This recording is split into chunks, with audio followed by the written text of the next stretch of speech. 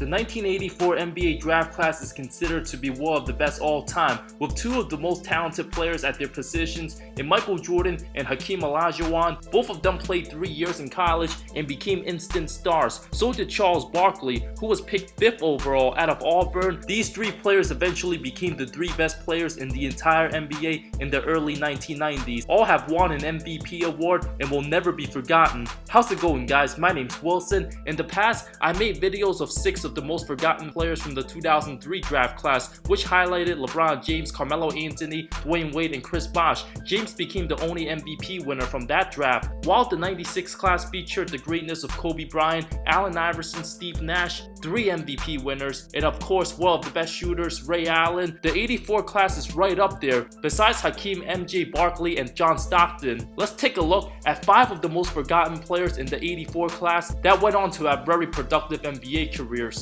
Starting with Sam Perkins, who was college teammates with Jordan, selected right after Mike and ahead of Barkley, stayed 4 years at the University of North Carolina, was a sophomore alongside freshman Michael Jordan's junior James Worthy when they won the national championship in '82. Because his career wasn't as productive as those other stars, the 6'9" forward never became an all-star, but a terrific role player. Spent his first 6 seasons with Dallas, averaged 14.5 points, 8 rebounds with the franchise. One of the most forgotten players in Mavs history, overshadowed by better players on his team during the 80s in Mark Aguirre, Rolando Blackman, and Derek Harper, and even James Donaldson. Perkins signed as an unrestricted free agent with the Lakers in summer of 1990, where many young fans might remember him from the 91 finals, reuniting with his college teammate James Worthy, going up against his former teammate Michael Jordan. The sharpshooter averaged 14.5 points, 8 rebounds in 2.5 seasons with purple and gold, most memorable for his clutch 3-pointer in Game 1 of the 91 finals, with 14 seconds left after a perfect pass from Magic helped the Lakers win their only game of those finals before losing the next 4 to Jordan. Big Smooth had his best playoff season in 91, averaged 17.7 points, over 8 rebounds on 55% shooting, playing almost 40 minutes a game. Perkins averaged over 16 and 7 in those finals. His teammate Worthy over 19 a game, but Jordan was just too good, 31, 7 and 11. Perk was traded to the Sonics before the 93 deadline, where he continued to produce under Shawn Kemp and Gary Payton, viewed as the 6th man on most nights, with another shot of winning the title on a 64-win team in 96. He was forced to play Jordan's 72-win Bulls, proving too much for Perkins. Unfortunately, he would turn 35 years old after being 0-2 against his former college teammate on the biggest NBA stage. After 5.5 seasons with the Sonics, Perkins made his last stop with the Indiana Pacers for his final 3 seasons. By then, he was 37, 38, and 39 years old, played limited minutes, part of the rotation for a deep team. MJ retired after 98, so Indy made the finals in 2000, only to lose to Shaquille O'Neal and Kobe Bryant's Lakers, his former team. Going 0-3 in the finals for his career, certainly not a good feeling. Perkins retired in 01, played 17 seasons in the NBA, one of the first stretch 4s in NBA history, way ahead of Dirk Nowitzki's time, also one of the first players with extreme versatility, who would be the perfect complementary power forward in today's game, a great piece to have for a contender. He was a way better player than Robert Horry, but since Horry was on the right teams at the right time, he'll be way more remembered than Big Sam. Alvin Robertson, out of the University of Arkansas, selected by the Spurs, will always be remembered as the only guard to ever record a quadruple-double. At 6'3", best known for his excellent defense, averages 2.7 steals for his career, the best in NBA history. Spent his first 5 seasons with the Spurs, put up 16, 5 and 5, 3 steals, became a 4-time All-Star, won Defensive Player of the Year in only his 2nd season, averaged 17 points, 3.7 steals in 86, led the league in that category 3 times, held the previous record, recording a steal in 105 straight games before Chris Paul broke that mark his 3rd season. Traded to the Bucks in 89, played 3.5 seasons there, then with Detroit, sent to Denver, but never played because of back injuries. Robertson spent the final season of his career with the Raptors in 96, never gets talked about because of his off-court problems, getting in trouble with the law with domestic assault charges, even spent time in jail. Things got worse after retirement when he was arrested in 2009 for an alleged sexual assault of a child accused of underage trafficking. Authorities claim he was part of a ring that kidnapped kidnapped a 14-year-old girl from San Antonio. That moment completely ruined his life and everything he's accomplished on the hardwood. The damage was already done. Robertson had to wear a tracking device strapped to his ankles with upcoming trials that could lock him up for life. Couldn't leave the house, couldn't attend his daughter's wedding, or even a close friend's funeral. Absolutely devastating. It wasn't until 5 years later, with long battles in court, those allegations were false and lies spread by the accuser. An absolute disgrace to society. Lying like that, ruining someone else's life, combined with his troubles in the past, Robertson was unfortunately never looked at the same way again.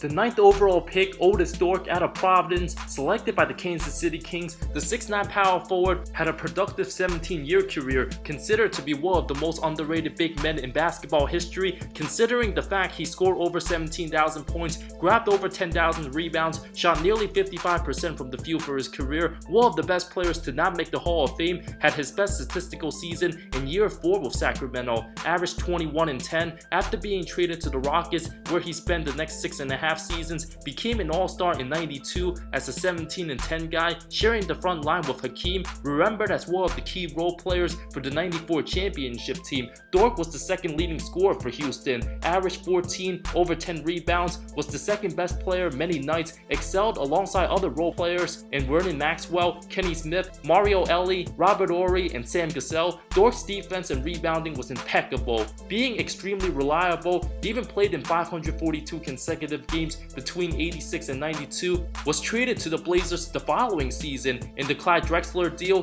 bounced around with the Pistons, Grizzlies, Kings, Wizards, Heat, and Hornets at the latter stages of his career, played over 1,200 regular season games. One can make the comparison, just like how former All-Star power forward David West is somewhat forgotten in the 03 draft. Thorpe's the All-Star most forgotten in the 84 class. Kevin Willis, selected 11th overall by the Atlanta Hawks, ended up having one of the longest careers. Played 21 total seasons as power forward and center, spent his first 10.5 years with the Hawks, where he averaged over 14 points, almost 10 rebounds, a solid role player behind Dominique Wilkins at the early stages of his career, putting up 18.3 points, 15.5 rebounds, made his first and only All-Star appearance in 92, averaged 18.3 points, 15.5 rebounds, a career best. During his tenure in the NBA, was only one of 3 players to average at least 15 boards in a season, joining Dennis Rodman and Ben Wallace. Was already 32 years old when traded to Miami, ended up playing for 8 different teams, still put up impressive numbers of 16 points, 8.5 rebounds as a 35-year-old for the Rockets. As his production went down in his late 30s, Willis still managed to stick around, signed as a free agent with the Spurs at 40 years old. Willis won his first NBA title in his 18th season, stuck around in 04 with San Antonio, then back to Atlanta in 05, where he was the oldest player in the league at the time. After not playing in the 05-06 season, Willis signed a 10-day contract with the Mavs in April of 07, appeared in 5 late regular season games, became the oldest player to play more than 2 games in an NBA season. Nate Hickley activated himself for 2 games in 1948 at age 45. Tied for second for most seasons played in NBA history, it's absolutely remarkable that Willis was still playing in the NBA in LeBron James's 4th season, as well as playing in the NBA before LBJ was even born. Incredible longevity. Willis officially retired after 2007.